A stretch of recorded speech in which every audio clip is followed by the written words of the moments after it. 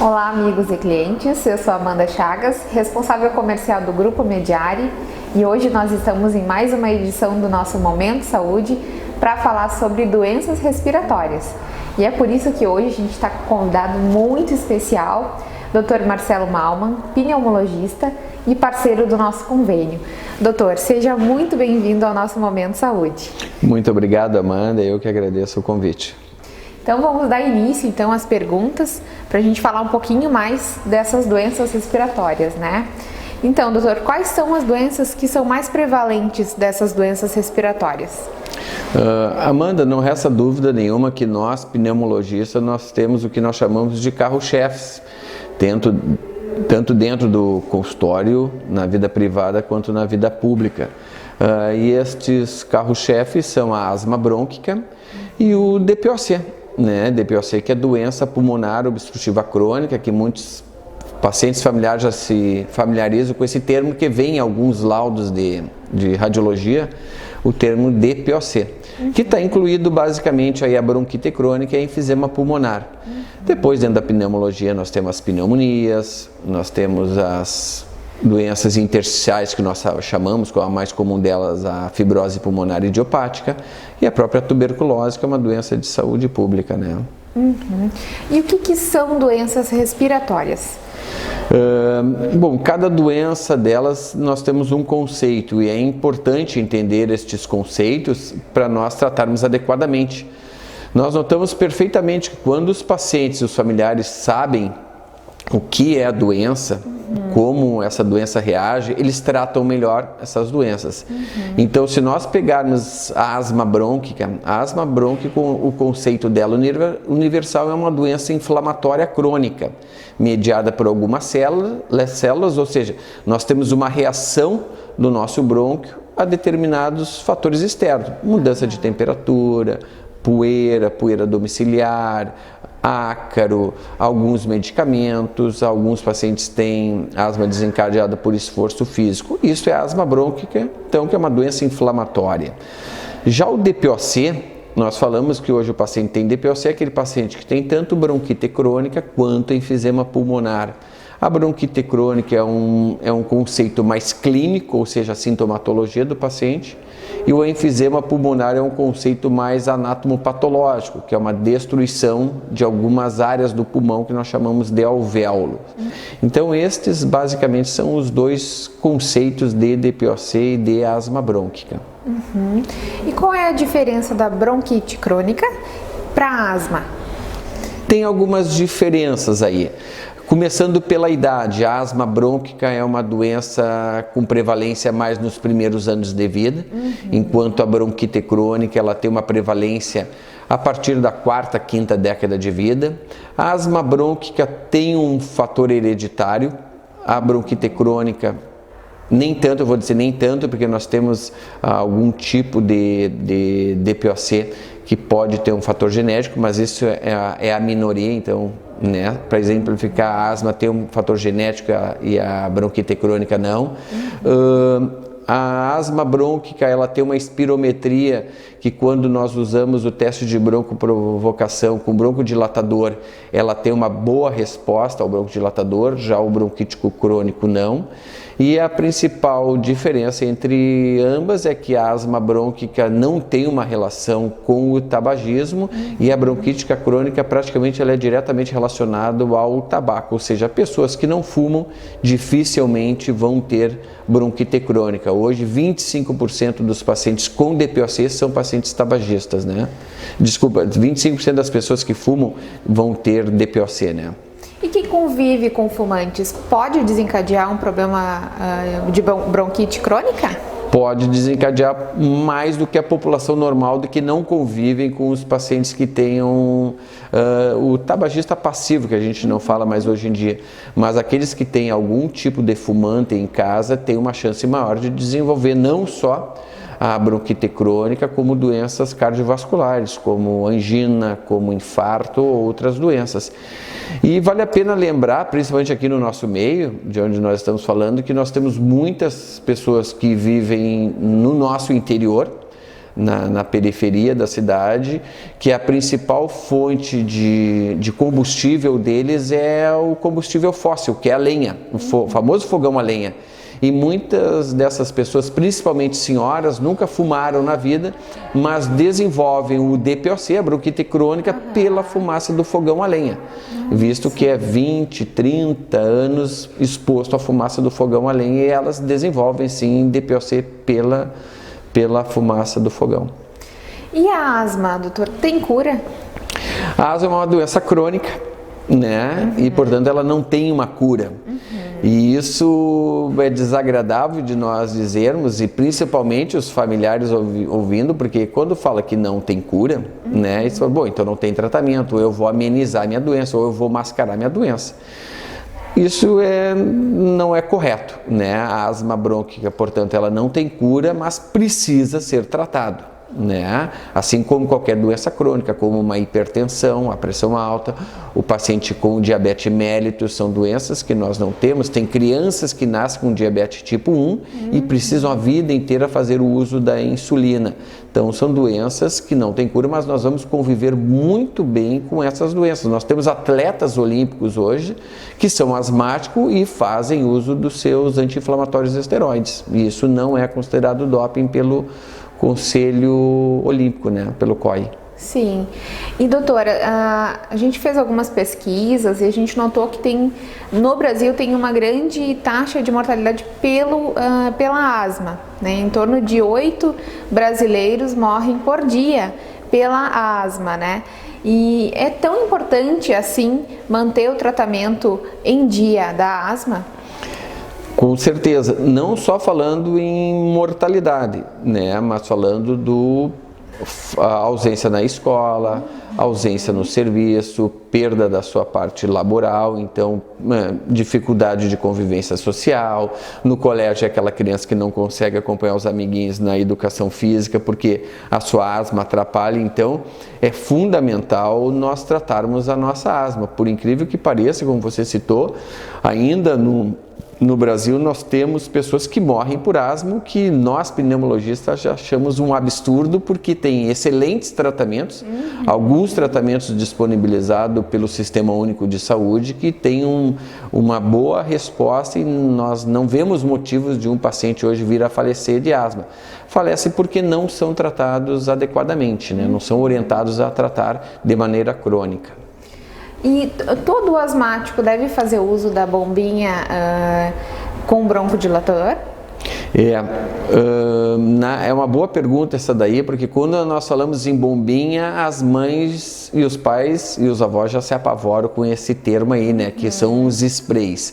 Existem 2 tipos de tratamento, né, o tratamento dos sintomas, que é para resolver o sintoma agudamente, que são os broncodilatadores, e tem o tratamento propriamente dito, que é para tratar a doença, né? Como nós falamos no início da nossa conversa, a asma é uma doença inflamatória.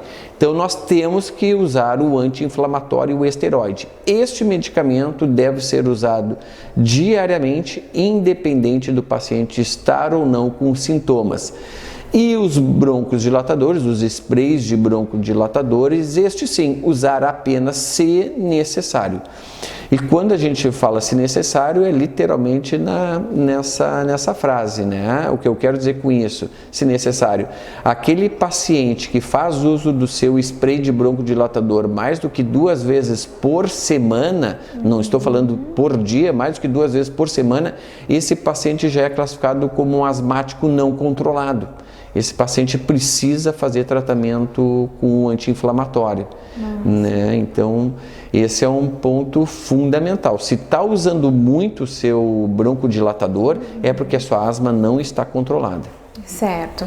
E agora, com a chegada do inverno, as chuvas, a umidade, o frio, pode ser um fator agravante para quem tem doença respiratória?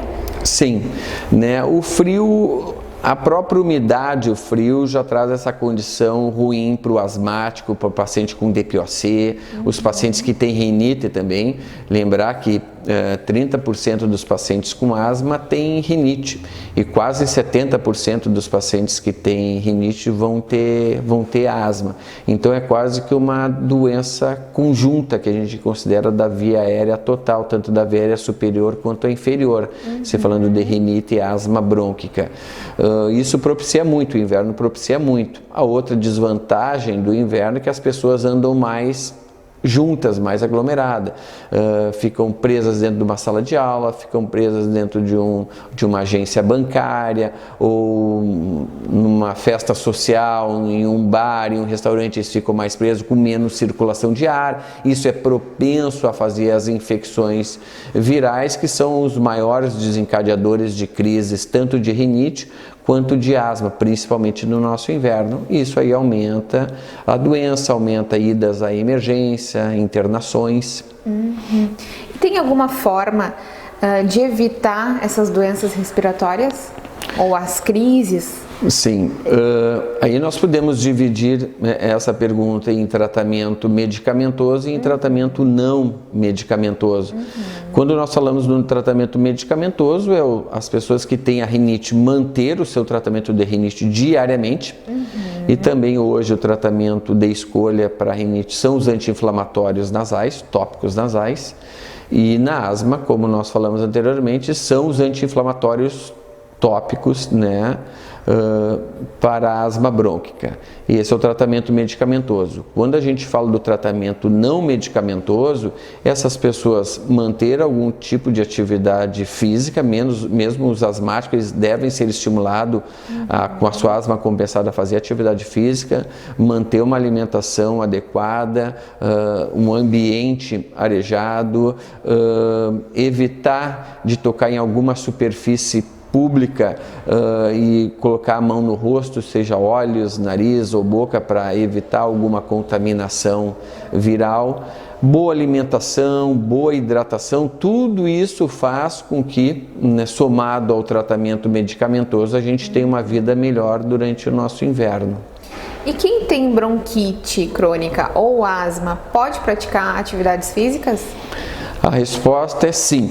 100%. O paciente asmático deve ser estimulado e quando uma mãe nos procura, eu digo a mãe porque geralmente é a mãe que acompanha mais as crianças. Eu vejo isso lá por casa. Quando eu tinha filho menor, era sempre a esposa que levava o filho no pediatra. Então, não simplesmente dar um atestado porque ele é asmático, é tratar essa asma e estimular essa criança a fazer alguma atividade esportiva, para o seu bem-estar social, para a sua saúde, evitar uma obesidade no futuro, que é um problema já na nossa infância ter crianças obesas, né?